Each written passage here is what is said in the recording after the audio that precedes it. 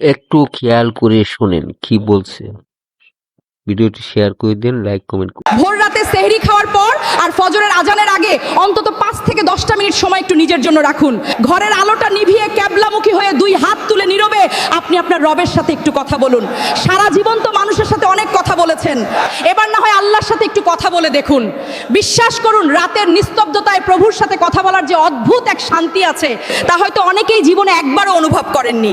তাই আজ একটু চেষ্টা করেই দেখুন না। আল্লাহর সাথে কথা খুব সহজ ভাষায় একদম নিজের মতো করে বলুন। বলবেন, হে আল্লাহ, শয়তানের ধোকায় পড়ে আমি জীবনে কতই না গুনাহ করেছি, কিন্তু একদিন তো আমাকে মরতেই হবে, ফিরে তো তোমার কাছেই যেতে হবে। আল্লাহ, আমার নবীজি বলেছেন, এই পবিত্র রমজান মাসের প্রতি রাতে তুমি অসংখ্য মানুষকে জাহান্নাম থেকে মুক্তি দিয়ে সাধারণ ক্ষমা ঘোষণা করো। তোমার এই ক্ষমা পাওয়ার জন্য তো কোনো যোগ্যতার প্রয়োজন হয় না। দুনিয়ার সামান্য প্রেসিডেন্ট বা প্রধানমন্ত্রীরা যদি তাদের ইচ্ছে মতো মানুষকে যা খুশি তাই দিয়ে দিতে পারে, তবে তুমি তো মহান সৃষ্টিকর্তা। তুমি চাইলে তো এক নিমিষেই জীবনের সব পাপ মুছে দিয়ে আমাকে ফেরেশতাদের মতো নিষ্পাপ করে দিতে পারো। হে আল্লাহ, তুমি আমাকে ক্ষমা করে দাও। ঠিক এভাবেই একদম নিজের মতো করে চোখের পানি ফেলে আল্লাহর কাছে মন খুলে কথাগুলো বলুন। দেখবেন ইনশাআল্লাহ অদ্ভুত এক শান্তি পাবেন আপনি।